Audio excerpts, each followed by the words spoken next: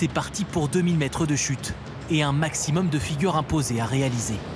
Bienvenue dans le petit monde du wingsuit acrobatique. Dans leur combinaison ailée, Boris et Nicolas virevoltent dans le ciel des Hautes-Alpes, un ballet millimétré où les performeurs valident chaque figure en s'agrippant la main. On a un chapeau avec 12 figures qui vont être tirées au sort et réparties en 4 sauts de 3 figures chacun. Donc nous, les figures, on les connaît. C'est ce qu'on ne connaît pas, c'est dans quel ordre on va devoir les faire dans les sauts. C'est pour ça qu'on répète au sol, pour se rappeler les points importants, quand on doit se souvenir en l'air, et surtout pour mentaliser, pour mémoriser, pour ne pas se tromper quand on est en l'air. Plus on le répète, et plus on a de chance de le faire bien en l'air.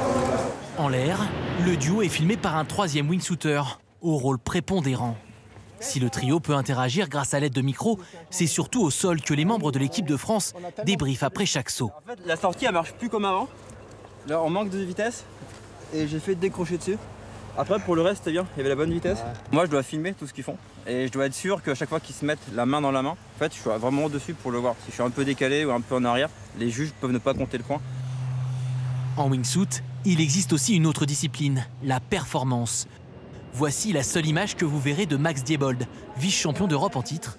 Ici, pas de vidéo, c'est ce GPS qui attribue les médailles. Là, on cherche vraiment à avoir les chiffres les plus importants en vitesse, en distance et en durée sur 3 sauts différents.